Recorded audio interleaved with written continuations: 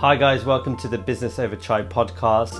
I'm Andy, one of the co-hosts along with Sunny, and just want to quickly shout out and say thank you to those who have supported this podcast and through our whole journey. We finally have some videos, so if you're watching on YouTube or Spotify, you'll actually get to see the more visual aspects of the interviews that take place on the podcast. Today we have Ishveen Jolly, who is the founder and CEO of Open Sponsorship. Open Sponsorship is the largest global two-sided marketplace for sponsorships, connecting brands with athletes, teams and events. Some of the notable investors for Open Sponsorship include tennis superstar Serena Williams and also Crystal Palace's co-owner David Blitzer. So without further ado, check out the episode.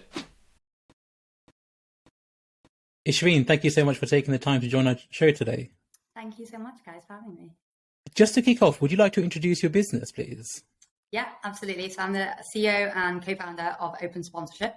We are the largest marketplace connecting brands to professional athletes predominantly, but also teams and events in the sponsorships field, so for kind of marketing. And our mission really is all around bringing accessibility, transparency to the $60 billion sponsorship industry, which is awesome, an industry I love, but has been pretty archaic to date. Wow, $60 billion. Okay. So it sounds like you know a little bit about this industry. Could you kind of, let's just go back to the beginning of, your early life. What did that look like? Where you were raised, schooling, family? That'd be great. Yeah, awesome. So I was born in Sheffield, but I am a Lancashire girl. I moved to Manchester when I was like 1 and was there till 18. Loved growing up in Manchester. I essentially played sports. Like that's what I was like, that was my brand. That's all I kind of did was like play sports, go to Gurdwara every now and again, and like hang out with the family. Like those were my three and study. So kind of grew up in Manchester, and then I'm very fortunate I got into Oxford to study economics and management. But again, studied, partied, but really like sports was my thing. Loved it. I credit it to most of like my best friends that I've made. And so, yeah, I suppose I could stop there. That kind of took me up to the age of 21. But yeah. What kind of sports were you doing? So netball was my primary winter sport, and then rounders when we were really young, and then cricket as I kind of grew up. But honestly, if I was like crap at tennis, but like if there was someone who needed a spare player, I'm like there. Like anyone that needed like football, I'd be like, yeah, sure. I'm not very good at kicking a ball, but I'll run around and make some noise. So yeah, any sports. You're always up for the challenge. Exactly. Great. And then I guess moving on to kind of your early career. So what did you do after Oxford? Yeah, so, Oxford, like many universities, is not the best. Well, they weren't at the in those times of career advice. So it was accounting, consulting, banking, law. So I chose consulting and worked for an awesome company called Javelin Group. So doing retail consulting, loved it.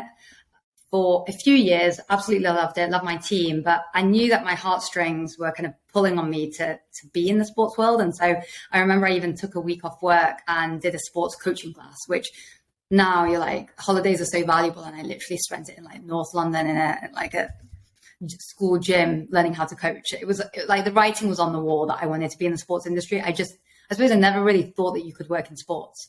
And so it took me a good few years to figure out that actually this is a career that one could pursue. Let's just talk about Javelin. What were you doing there? You said consulting. It's a very vague and broad term. What were you advising on? Yeah, so Javelin was Europe's leading retail consulting shop. Actually, so back up, I interned at Ernst & Young, and I know we discussed this, and I very quickly decided that I did not want to work at a big company. It was an amazing experience. As an intern, they're so lavishly throw expenses at you and they take you out and they, it's great training and awesome people. But I just remember thinking, gosh, how am I going to make a difference? And I didn't really know what that meant to me, but I remember thinking, this is not my home, like being one of 1,000 people, even though the building's great and the canteen is awesome and all of that, like perks are great. And so loved Javelin because they were very boutique, really working with great people. And my department was locations and shopping centers. So we essentially would help like New Look on their location strategy. Like where are their stores? Are they in the high street? Are they doing well? What's the competitor matrix? What are your adjacencies? And I've actually not been, but I worked on in 2008 the plan for the Wembley shopping centre, which I now believe is like built and functional. But we were talking about who the anchor should be and what the store mix should be and the retail mix versus like F&B versus entertainment. So it was all fascinating stuff. Great, fantastic. So now you've got this sudden urge or this kind of pull towards going back to sports or going into sports. What happened next then? Yeah, so I was really fortunate. Like a friend of mine was like, well, I know this guy who works in India and has a sports agency. You know, what do you think? And I had already been planting the seed of like moving to India. And that was like super left field as well. I like absolutely hated going to India as a child. Like every 2-3 years, like my parents would drag me there and I couldn't wear what I wanted to wear. And like I'd fall ill and you couldn't go outside without someone chaperoning you as a girl. Like I just didn't enjoy it. And then I went when I was maybe at university. I don't really remember the moment, but suddenly I thought, gosh, what an amazing place. And as long as you can accept that it's different and there's poverty, but like, of course you want to eradicate it, but everyone's doing okay. And as long as you can accept what it is, it's such an amazing place. And so I thought, well, if I'm going to do one crazy thing, why not do two? So I decided I wanted to move to India to join a sports agency, which obviously did not go down well with my parents. So it did take me a bit of time to convince them, but in the end, they allowed it, I suppose, and off I went. So you just packed your bags and said, I'm going to India for this role. Where was the role? What were you doing in this job and this agency? Yeah, so I literally packed my bags, landed and went straight to the office day one, because obviously I had nothing else kind of better to do. And I've got like family in India, but like not like extended family, like my grandparents were in Bhopal. And so the job was based in Delhi and the office was in Delhi. And essentially it was a sports and entertainment agency. So they had like India Fashion Week was a client of theirs and they would sell all the sponsorship and then activate the sponsorship. And I was coming in to work on the sports business. And so I land in Delhi and my first week I'm like kind of absorbing learning, and it's India Fashion Week, which was just crazy. I went from like being a management consultant in London wearing suits and working on Microsoft Access to being like involved in like fashion shows in Delhi, which was like so bizarre. And then about 2 weeks later, I went to Mumbai because my first primary client was Mumbai Indians. And so essentially I was involved in selling their sponsorship assets. Wow. Okay. And what year was this roughly? Because did you notice any kind of like culture differences or working practices differences between the UK and India? I mean, what wasn't different? Like, so this was 2009, which is interesting because when I went to India, a lot of people were like, are you crazy? You're moving to India. And when I moved back from India, which was like 2011, people were like, are you crazy? India's so cool. And it was just like, in that space, it was like everything switched. I don't know how.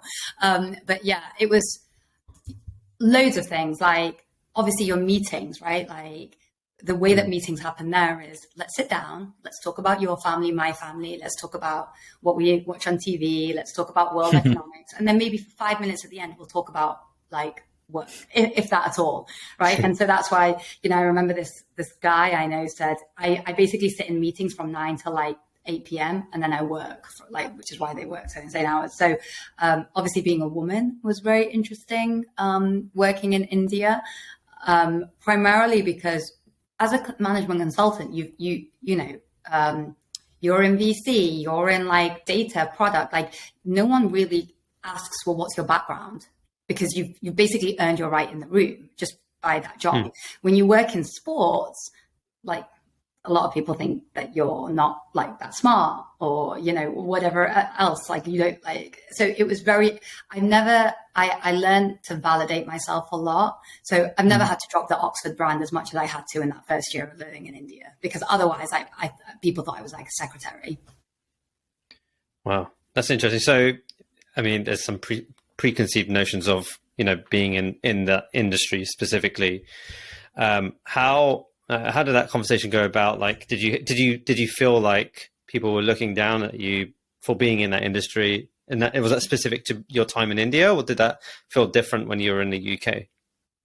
Yeah, it's a good question. I do think I think today there is so much more of an acceptance of like different roles. Like if you work in marketing, you're like, oh, that's cool. But like, especially like back then, it was, you're a lawyer, and India as well, right? Like you're in marketing and you're in sports marketing, like it's not that serious kind of thing. And so, whereas today, I think the sports business is taken very seriously. So I think today, everything is just on a level play. Like no longer today, we joke about Soho House not allowing in like finance people, but like the point being is like there's been a lot of like or social media or influencers or whatever else. Like I think there's been a lot of like the creative world is now as cool or as revered, if not more, than banking, law, like these kind of industries. But back then it was like the opposite. Yeah, right. No, I totally agree.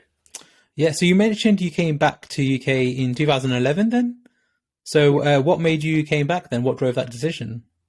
Yeah, I loved my time in India. So I basically worked on Mumbai Indians for like 4 months of the year, sponsorship, activation, the tournament. And then about 6 months of the year, I would do so formerly Hero Honda, now Hero Motorcorp, the largest two-wheeler manufacturer in the world, like all of their sponsorship.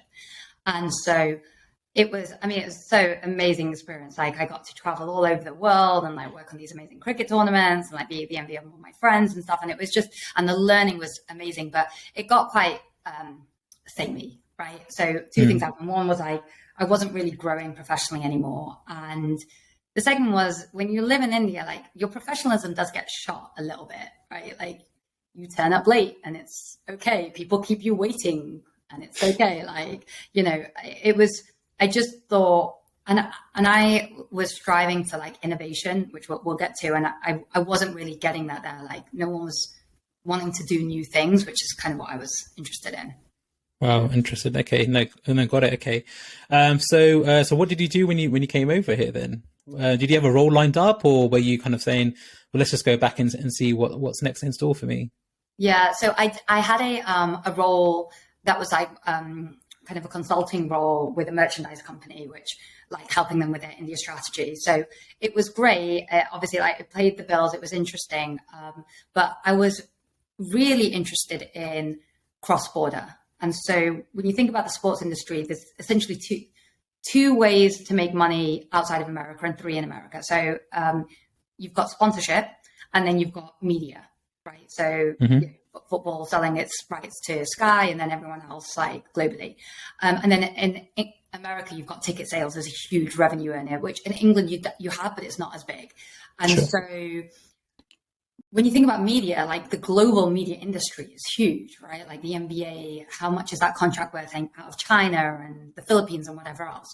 Whereas sponsorship was fairly like localized. And that, I would always say like, I'm a Man United fan, but Man United were doing it great. Like they had, at that time, I think they had like 21 telecom partners. I mean, they had a telecom partner in Afghanistan, right? But no one else had really figured out like the commercial strategy internationally. And so, even working with Mumbai Indians, IPL is huge here, but they didn't have like a UK sponsor, right? And that didn't really make sense to me. And so I kind of kept pitching to people, like my old boss, like I kept pitching this idea to agencies and, fair point. They were like, nope, either work in England or work in India. Like there's no cross-border stuff going on here. And so essentially I set up my own agency, Orcus, to do cross-border deals. So you're doing cross-border deals. It sounds like it wasn't really an established sort of market, at least in the eyes of the in India, but it was really something that had already been built out or was still growing in the UK or in the Western world. Not really. I think it was just really before my time, like a bit silly, but okay, so there was nothing around that was really doing cross-border. No one was really doing anything with it. And I'll give you an example. So I was working on a golf tournament and you've got this, you get marquee players, right? And so they're paid to come and play in the tournament. So the Indian Open's on and this guy comes over from the UK and he's paid like $30,000 to play in their tournament, right? And he's a marquee name and it attracts eyeballs and whatever else. And I was talking to him and he was saying how he would love to have got some sponsors while he was in India, maybe do a couple of events, like, golf day. And he was like, my agent is like my best friend from home. has no connection to India. Obviously, I can't get sponsorship. And then when you think about the tour, you know, the PGA Tour, like you're in Dubai, you're in China, you're in Taiwan, you're in Korea. So your sponsorship is so limited by the network that so there was like all of these things that were telling me like, wait, why is someone not getting you sponsorship like in India? But no one was doing it, essentially. Right. And so that kind of, you set up this agency, and now you're, you know, building out this sort of cross-border product or service. Is this kind of the beginning of open sponsorship now that we're leading into? Is this where you thought, okay, this is a real business? And I mean, before we go into that, like this was quite a big leap, because you've gone from like a very, I would say, you know, you've got a pretty good set of like accolades behind you. You've, you know, went to Oxford, you know, raised in a really, sounds like a, you know, really progressive and you know, striving family that want you to do really well. And then moved to India, you did all this. It sounds really great, but then you've kind of dropped everything. You've got these awesome jobs, and then you moved to England and you've just quit and said, I'm going to start this up. That's a massive risk. Like, how did you just come about that? And you know, that must have felt like pretty heavy to do. When you put it like that, yeah. Sorry. I'm like, oh shit. It's huge, right? I mean, no, I've done that. Unless I'm making that up, I don't know. Yeah, I mean, listen, I was working from home before work from home was even a thing at that year. Like, I was like in my cousin's like essentially kid's bedroom, like trying to like learn how to code a site and like build a homepage and stuff. So yeah, it was. I imagine it was pretty brutal, but I don't. I suppose my personality, I didn't really think when I wanted, it's like, I did, literally you're the first person that's ever said it like that. And I'm like, oh yeah, it was pretty stupid. But it felt right at the time. Yeah. So I mean, it sounds like hunky-dory of a story, but like, I'm sure there were some challenges along the way. I mean, what are some of the, I don't know, horror stories or some of the crazy stories that you experienced in that, you know, first phase of really early stage of setting up?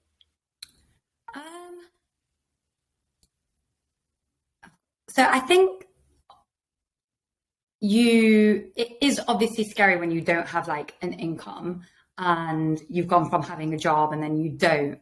So like, if I look back, I think it was actually pretty stupid, to be honest. I was quite young to be doing that. But I suppose once you realize that you're not happy in a role and that you want to do something else, like you have two types of people who stay in it and then kind of complain and are constantly looking for jobs, but like never make the move. And then there's people who just like do it.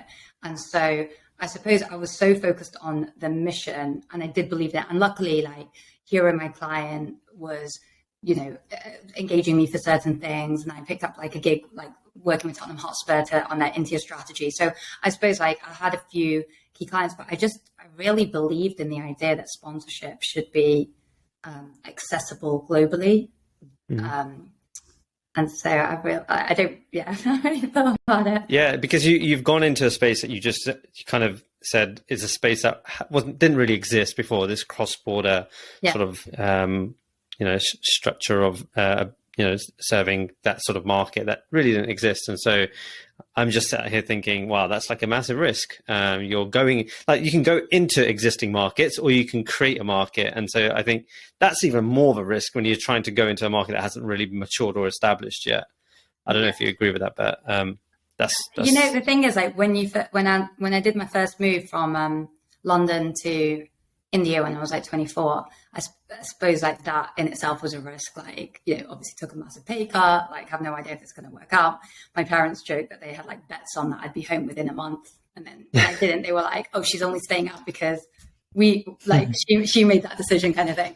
So I think you get used to being in like uncomfortable situations and just dealing with it. You know, I think we talked a little bit like when I moved to India, like within the first 3 months, the whole IPL moved to South Africa.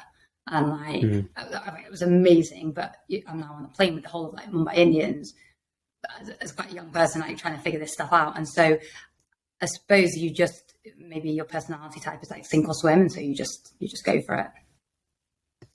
Great. So let's get into open sponsorship then, Ishveen. Can you talk us through what your business model is, what you're kind of trying to achieve there, and I guess quite importantly, how you generate revenue? Yeah. So following on from this, I suppose, is the fact that like, as I'm trying to do these cross-border stuff for like these quite complicated deals, I'm using LinkedIn professionally, and then in my personal life, I'm like using Airbnb and Uber. And I was just like, one day I was like, why is there not a marketplace why is it not an Airbnb for open sponsorship, for the sponsorship industry, somewhere you can just like buy and sell rights like online? And so it's obviously evolved over time. That was like 7 years ago, but it's evolved. But essentially you have brands on one side and then you have athletes on the other. We have 12,000 athletes, and about 70% are managed by agents. And that surprises a lot of people, because they're like, why would the big CAAs or, Octagons of the world use you? Well, they're really good at selling their top guy, but they're not great at selling everyone else. And I liken us a lot to recruitment, real estate, maybe even dating or something like that, where, it's the recruitment's a great example. Like the top 1% of executives are only headhunted, right? Like they're not applying through LinkedIn, but the mass market doesn't have access to a headhunter and needs the exposure of like job boards. And can you imagine like what it must have been like applying to jobs or finding people pre-job boards? And so like that's our industry. And so we essentially created this platform that helps you with the match, the contracts, the payments, deal management, all of it. We charge our brands a subscription, a membership, and then we take a commission from the athlete side. So it's free for them to sign up, and we basically only make money when they make money. Great. Okay. That's really interesting, actually. Okay. And then I guess, how do you attract athletes in the first place? I mean, you've talked about how, the top sports people in the world, quite easy for them to perhaps secure deals, but then going down the market, how do you attract those in the first place? And then having said that, last time we spoke, you did mention you have worked with a few kind of top kind of celebrities or athletes out there. So perhaps talk us through a few of those as well, please. Yeah, absolutely. So I think when it comes to like creating product, a lot of it is down to pricing, right? In the business model, and does it make sense? And so we toyed with it a lot. I remember when I first launched Open Sponsorship, I was so obsessed with Airbnb. I was like, right, everything's free and we're just going to charge 3% commission. And then I was like, okay, this is not going to work, and for many reasons. And so that's why we put like a paywall on the brand side. When it came to the athlete side, it just made a lot of sense to allow them to sign up for free. And so A, it's very low risk.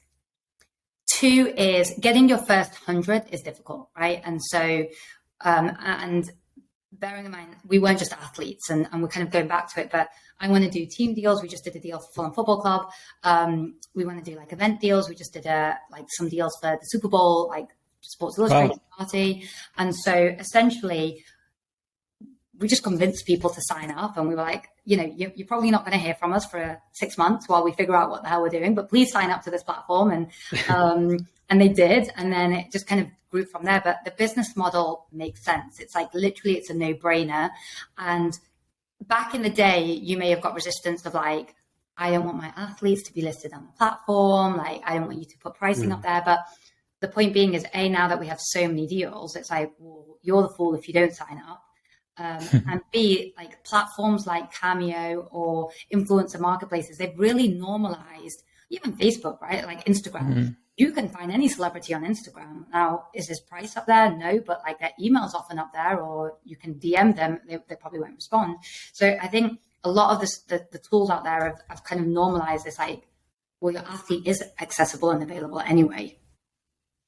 So tell us some of the cool athletes, the famous ones that you've worked with. Yeah. So we're mostly America based. So I'd say like my favorites in football is probably Rob Gronkowski, who's pretty big. And we just did stuff for warm up with Justin Tucker, a guy called RG3, who used to be a huge college player. In basketball, we've done stuff for Draymond Green, which was quite cool. And it was quite early on. Baron Davis, and he's one of our investors, former NBA All-Star.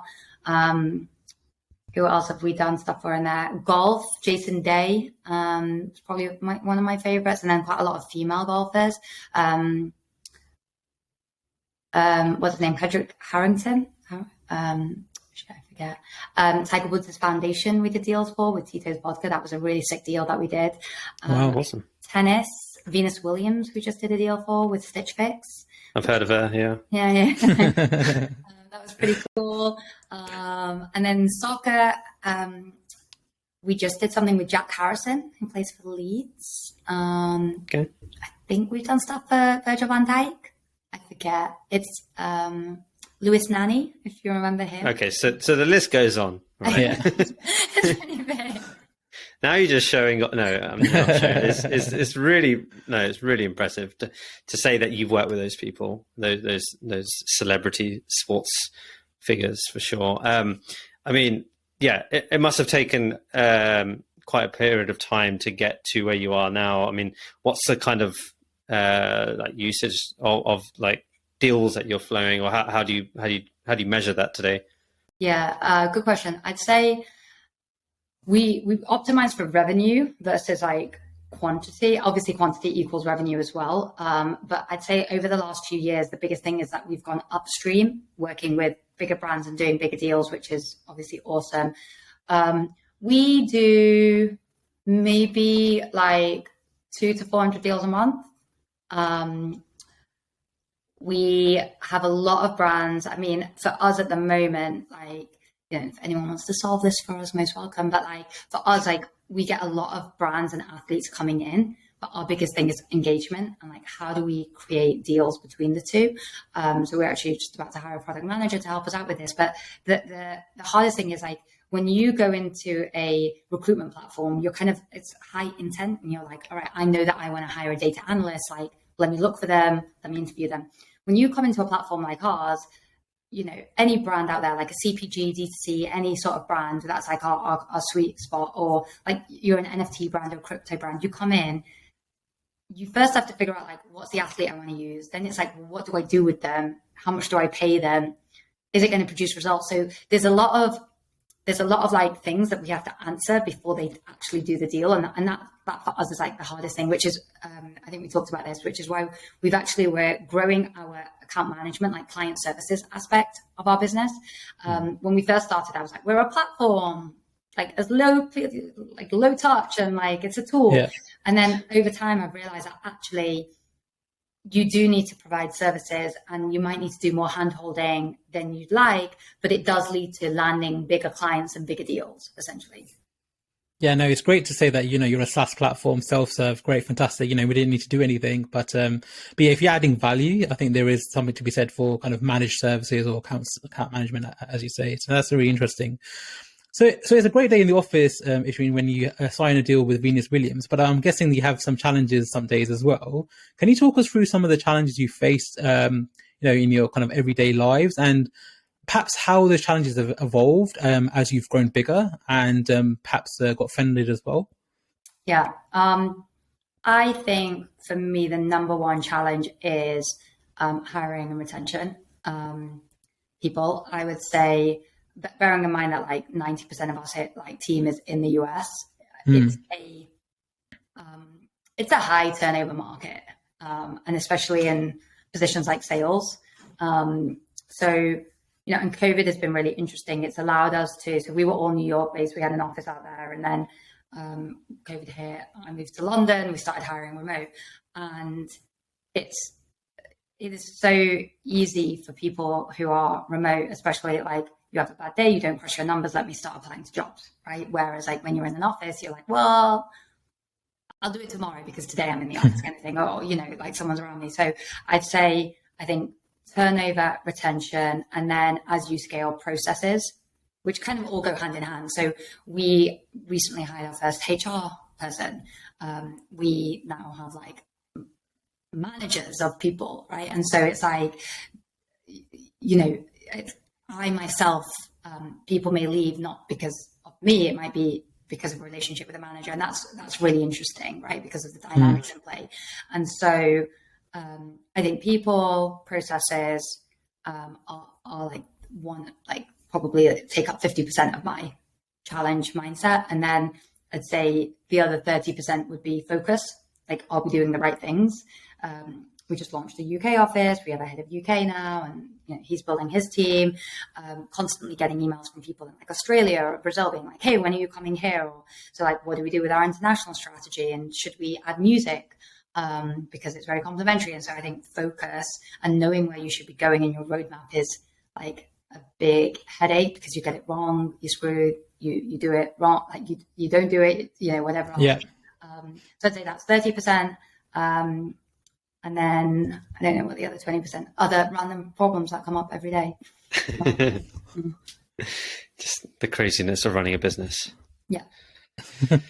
I mean, I'm sure you've getting access to kind of these cool folks, celebrities, and then also businesses. What are some of the cool events that you've been to? So I just most memorable. I just came back from Super Bowl, so that was pretty epic. Nice. And then the weekend after that, I was at All Star, so not to make everyone jealous.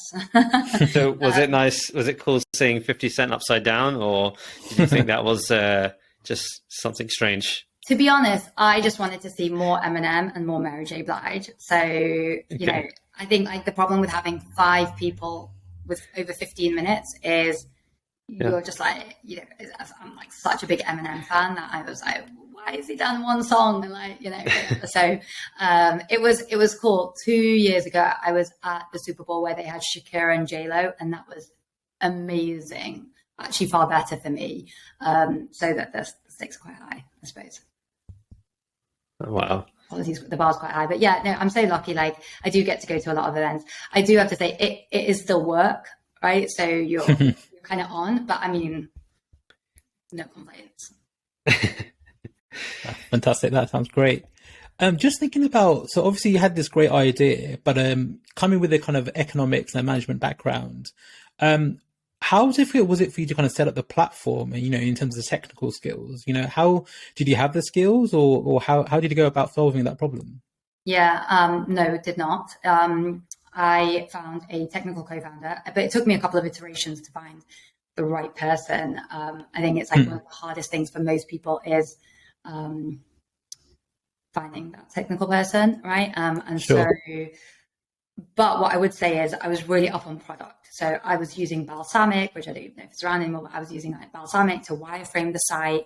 I was spending a lot of time on like Airbnb and like other marketplaces, like looking at functionality. And so I think it's okay to be a non-technical co-founder, CEO, and not build, but you've got to be in the weeds with the product, because that like no one else is going to do that, because the business logic as well. Sure. And so, yeah, I spent a long time and I've loved like working on product. And I think it really brings my co-founder and I close, because, if he was coming up with the idea and building it, then what the hell am I doing? Like just selling it. So yeah. That's fair. Yeah. I mean, it's always difficult. You said you went through a couple of iterations, finding a co-founder. I think like you see Dragon's Den now, and Stephen Bartlett, is talking and responding to a pitch, and the person in front is they own a tech platform, and then he's like, "Where the heck is your CTO?" Like you need to bring the CTO, because that person is so crucial to the organization or the platform that you're trying to build. Just kind of double clicking into that a little bit. I mean, what was the challenges that you discovered, which kind of brought you to the point of like going through several iterations? What were some of the key things there? Yeah, I would say one is one of the hardest things about being a entrepreneur and growing into like a CEO role is usually when you hire, right? So now let's say, Andy, you get promoted and you hire someone junior to you, but you have done their job. So you know what you're looking for, right? You know what good looks like. When you're hiring for a role that you've never done, like we just hired for a HR officer. I've never really done HR. Like I know the kind of things I want to solve, but really like data analyst, I don't even know how to use Tableau, right? But like I'm having to, or obviously like, and your technical co-founder, you actually have no idea if they're good or not. Yeah. And they're like, we're going to build this in JavaScript versus, React. Okay, sure. We're going to we should use AWS. Okay. Like, so you literally have no idea if they're good or not. And so the first engineer, I'm sure they were all good engineers, but then it's also like personality type. And then it's also like, there are a lot of engineers, and rightly so, who they want to keep building their own projects on the side. So, the second guy we had, like, he wanted to keep doing his own projects. Now, being a part of a tech startup, if you're trying to grow, like, hopefully as big as we grow, that's a full-time job. Like, I get asked this often in interviews, which is, are you okay with me doing something else in the evening? And I'm always like, I personally think that you need to switch off in your evenings and weekends. Like, if you're doing another job, even if it's your passion, it's very different if it's like, I make like plants and sell plants, and that's like, it relaxes me, or I like sell golf sticks and it's like really like my passion. But if you're like working on another tech project in the evening, no way you're coming to work in the morning with us and feeling refreshed. In my opinion, I think it might be a controversial viewpoint. So I think it's about finding someone who like culturally fits, who's actually good at the job and can think like holistically. So you need someone who can manage people over time, right? If you find a good tech co-founder, you're lucky. I think I'm just really lucky. That's fair. That's really interesting. So you mentioned a few times about hiring and how people management is quite important. So how big have you grown to now?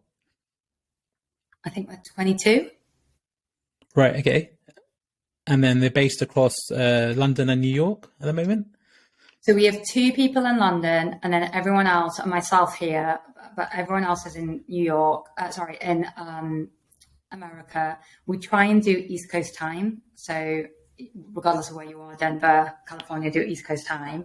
And the team is 4 in terms of engineering, and then like data, ops, HR, content, and then the rest is like AMs and AEs, like sales side. And I guess one of the things you touched upon earlier was how you might be thinking about moving into music, maybe. Apart from that, what are the other kind of plans you have in store for kind of open sponsorship? What would you like to see, like, kind of be the end goal? Yeah, the end goal, who knows? Obviously, like as a startup, you IPO, you get acquired. Either one is like obviously a dream, but for us, I think there's just like a lot more to do in the industry. And so, I mentioned like teams and events is really interesting. No one's really cracked that. And I think it's like fascinating, a huge market. So that's really interesting. I do think like other verticals, like music, it's the same problem, right? Like UTA, which is a huge music agency, has like 5 people repping 1,000 music artists, right? And obviously most of their focus is on like the Rihannas of the world, right? And so I think that's fascinating. It's the same business model as ours. International, obviously like the whole genesis of this was Crossborder. And so international is really interesting because it's not just within the UK or within Australia or within India. It's also like the impact of cross. So for example, the Football World Cup, Football World Cup is coming to America in 2026, I believe. And so that's huge. So now, but most of the premier players are in Europe and England. So you can imagine there's going to be a lot of US brands wanting to do deals with these guys as and when they come over or beforehand or whatever else. And so we're in a perfect place to be doing these like cross-border deals. And then when you think about cross-border, you're thinking language barriers, obviously not between UK, US, but like the Philippines or China or whatever else. You've got language barriers, you've got time barriers, all of that. And so it really lends itself to a platform or like model to get these deals done. How do you think your role is going to change through that? Do you think you'll just continue to do those, the way you just described it, 50, 30, 20% splits of where your focus is? Do you think your role will change as the organization sort of continues to scale? Yeah, no, I think it definitely will change. We are in this period right now where we're hiring a lot. And we're hiring like junior and managers at the same time. And so that's why like there's a bit of that battle. You're bringing in managers to manage teams that existed already. Like that's not easy, right? And then, or you bring them in to build a team. And so I think as we get a bit more stable in terms of like our hiring and you've got the right managers and whatever else, I think that 50% reduces a lot. And I'm already feeling it quite a bit, whereas it's 50% now. I'd say like a few months ago, it was probably 80% of my time is thinking about people and processes and hiring, whereas now it's like been reduced. I would think that a lot more of my time will be on strategic thinking, obviously fundraising, like that constant like, or investor relations, marketing, like outward marketing, not like just internal. So I always think that like you basically do your job and then at some point you go, okay, I need someone to do this, right? And then you hire in and then you go on to do something else and then you hire, like, you know, Holy Grail would be like if we had a head of like special projects or special ops who's like executing on the ideas that I'm coming up with. We're not at that point yet. So yeah, I think it'll constantly keep evolving. Let's just talk about the fundraising you just touched on. What's that journey been like for you? Yeah. So we first raised when we got into 500 startups in 2016. So the accelerator based out in San Francisco, amazing experience. And on the back of that, we raised about 1.5 million, I think it was, from a number of VCs, one in Hong Kong, one in New York, one in San Francisco, Oxford Angel Fund, and a few other like angels and groups. And I would say as a first-time tech entrepreneur who had no idea what they were doing, and this, I do believe that most people go on to build a second business because you've just like got the blueprint and you're like, I need to show that I can do it again. Honestly, like I made so many mistakes.